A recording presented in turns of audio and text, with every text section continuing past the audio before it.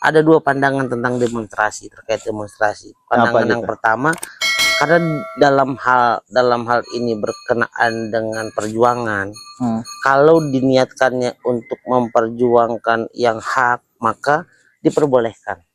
Kalau memperjuangkan segala sesuatu yang hak diperbolehkan. Sebagaimana dianjurkan menurut Quran juga amar ma'ruf nahi munkar. Lalu kemudian pandangan yang kedua, ada juga yang berpandangan bahwa ulama ini ya memandang demonstrasi itu haram. Ada yang berpendapat itu. Ada yang berpendapat bahwa demonstrasi itu haram. Kenapa? Karena dinilai dari sumber atau asal muasal demonstrasi itu bukan dari budaya Islam. Tapi budaya Barat. Bukan dari Islam ya? Bukan. Islam tidak pernah mengajarkan demonstrasi.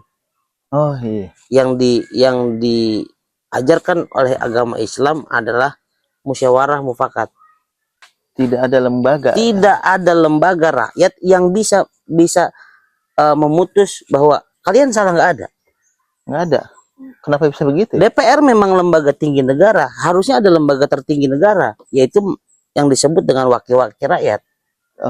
Jadi ini memang kasus ini dijawab dengan hukum sebenarnya. Dijawab dengan hukum. Iya.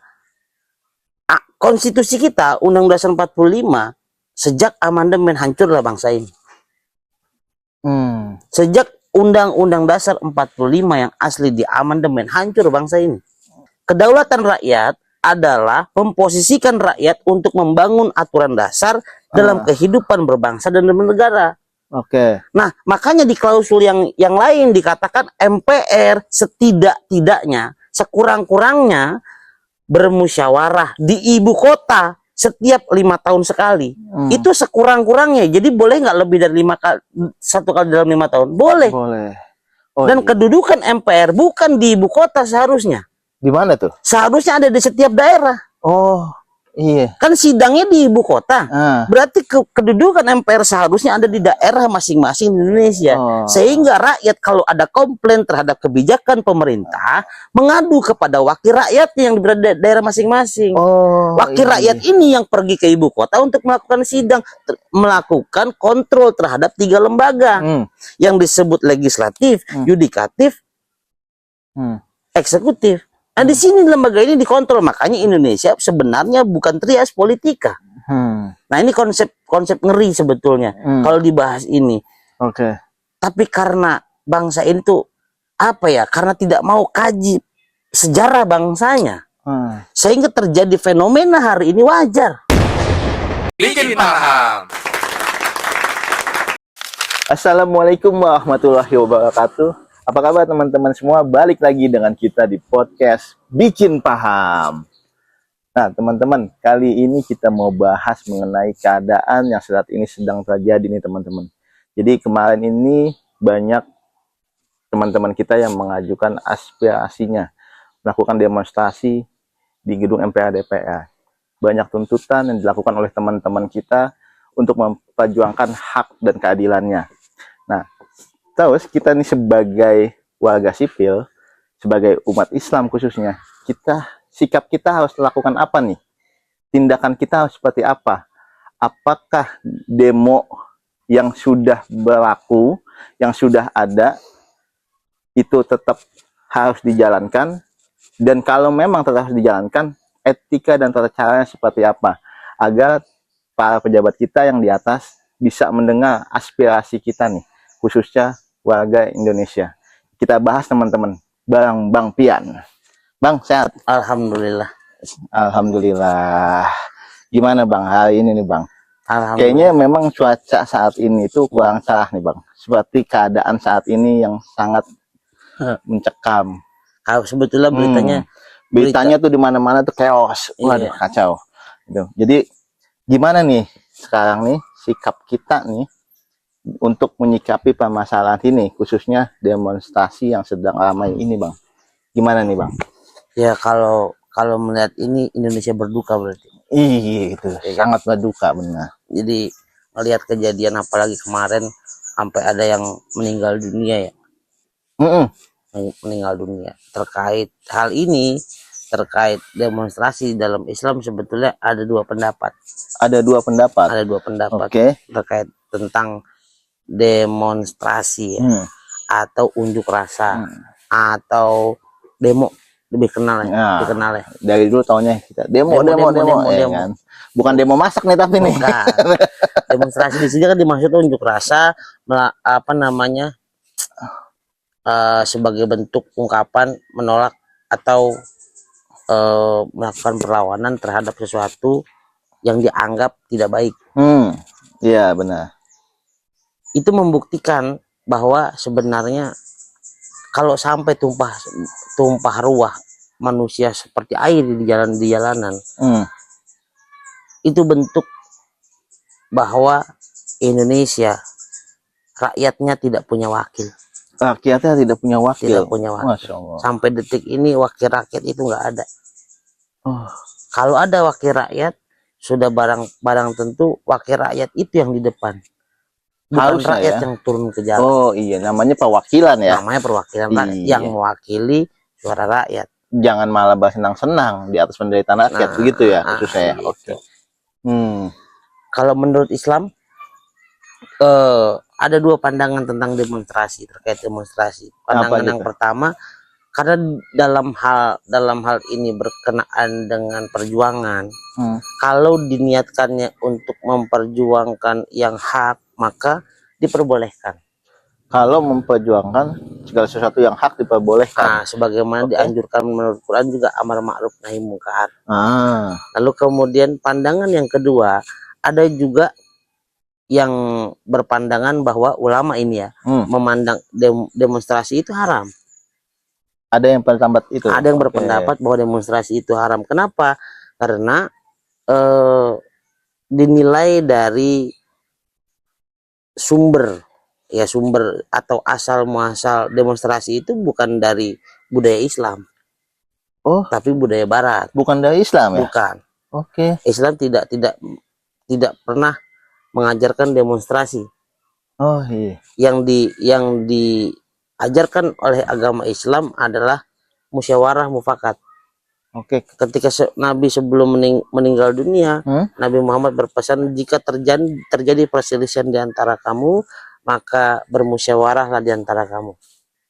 Kan begitu. Kenapa kemudian ada ulama yang mengharamkan?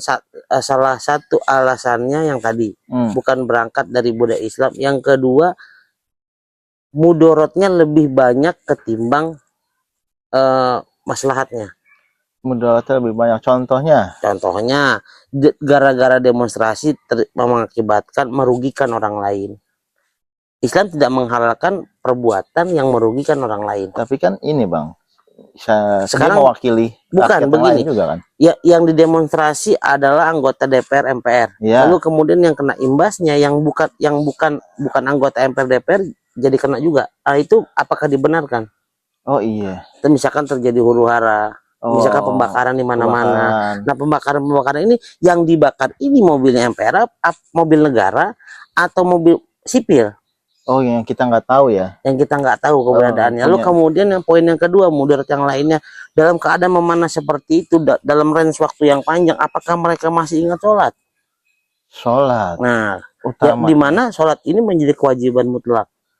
Makanya ada ulama yang berpendapat bahwa demonstrasi itu tidak dibenarkan.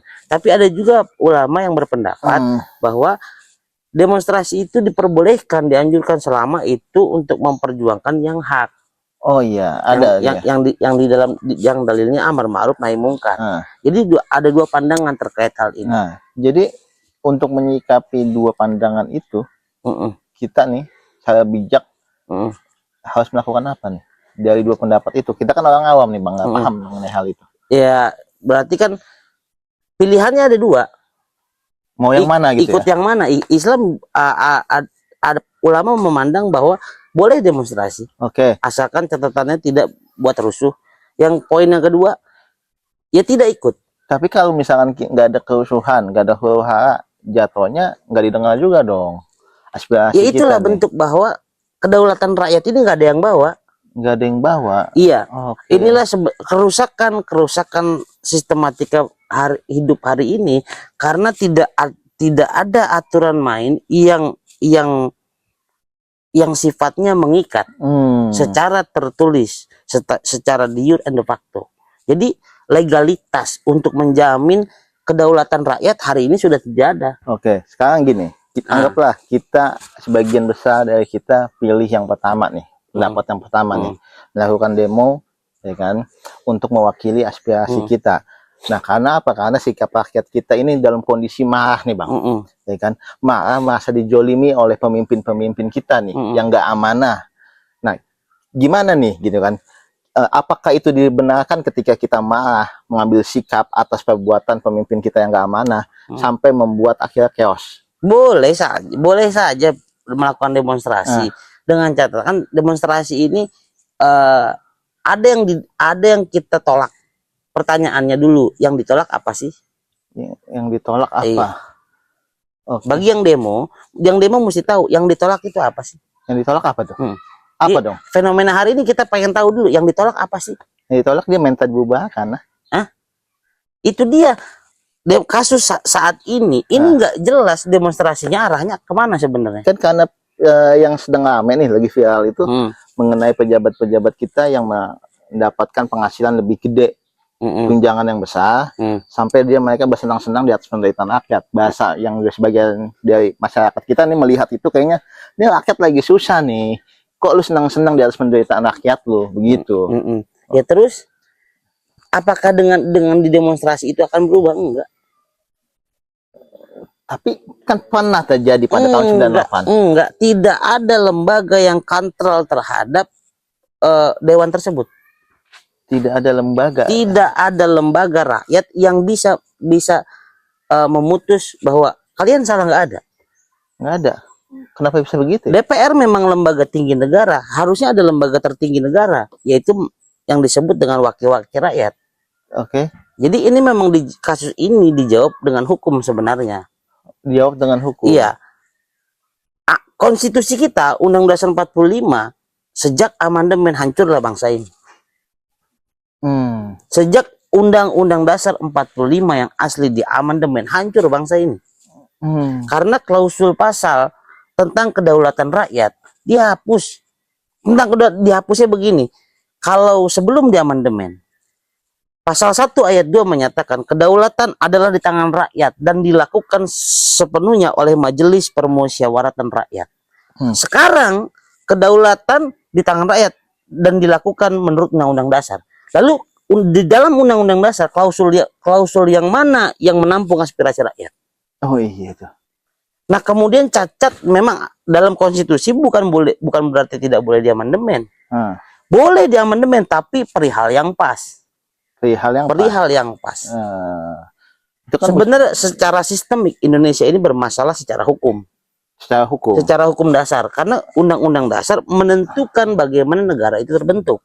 Oh iya tuh. Nah di dalam Undang-Undang Dasar 45 yang asli, yang sebelum di amandemen, ada cacat di dalam sistem yang disebut dengan pasal 2 ayat 1. Pasal 2 menyatakan MPR terdiri dari DPR. Putusan golongan, putusan daerah. Ini kan cacat sebenarnya. MPR adalah lembaga rakyat. Kenapa isinya MPR di dalamnya ada DPR, ada rancu di sini, sehingga mengakibatkan dualisme. Iya. Kalau dikatakan kedaulatan adalah di tangan rakyat dan dilakukan sepenuhnya oleh Majelis Permusyawaratan Rakyat, berarti seharusnya MPR isinya wakil rakyat, bukan DPR. Pasal 2 ayat 1 menyatakan MPR terdiri dari DPR. Ini kan rusak sistem berarti. Oh iya. Harusnya begitu ya.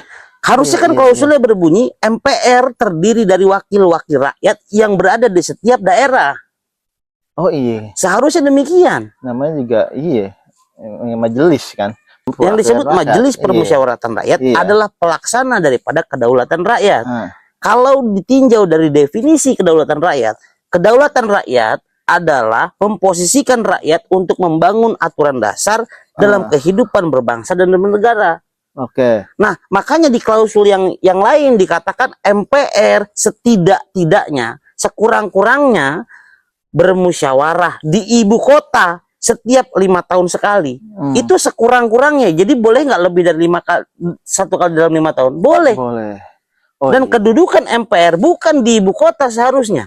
Di mana tuh? Seharusnya ada di setiap daerah. Oh, iya. Kan sidangnya di ibu kota. Ah. Berarti kedudukan MPR seharusnya ada di daerah masing-masing di Indonesia. Oh. Sehingga rakyat kalau ada komplain terhadap kebijakan pemerintah, mengadu kepada wakil rakyatnya yang berada di daerah masing-masing. Oh, Wakil iya. rakyat ini yang pergi ke ibu kota untuk melakukan sidang, melakukan kontrol terhadap 3 lembaga yang disebut legislatif, yudikatif, eksekutif. Nah, di sini lembaga ini dikontrol. Makanya Indonesia sebenarnya bukan trias politika. Nah, ini konsep ngeri sebetulnya kalau dibahas ini. Oke. Tapi karena bangsa ini tuh apa ya? Karena tidak mau kaji sejarah bangsanya, sehingga terjadi fenomena hari ini wajar. Oke.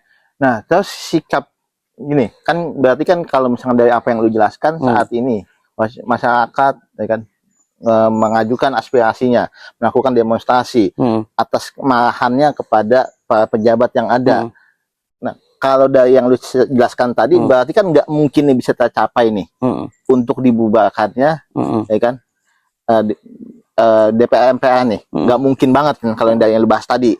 Nah, terus sikap kita nih sebagai rakyat nih, Bang, marah atas hal itu apakah dibenarkan dalam agama kita? Marah di dalam Islam memandang perihal ini ada 2 pandangan tadi sudah dikatakan. Ada yang diperbolehkan, ada juga yang mengharamkan. Nah, ketika tadi kan gue udah jawab nih. Kalau ditanya sikap kita sebagai seorang muslim harus bagaimana? Sikap kita sebagai seorang muslim, jadilah seorang muslim sejati.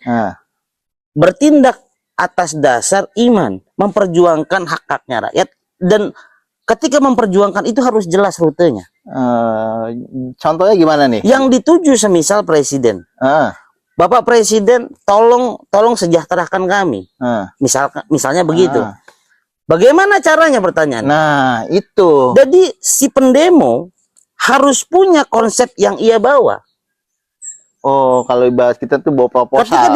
Ketika ditanya, yang demonstrasi dipersilahkan masuk. Lalu kalian mau apa? Proposal harus ada kan gitu. Oke, ketika di proposal sudah ada kan. Kalian mau apa? Mau A, mau B, mau C. Kalau sudah mau A, mau B, mau C, harusnya bagaimana? Bagaimana pelaksanaannya? Harus melakukan apa gitu Iya. Ya? Oh, jadi solusinya apa gitu kan?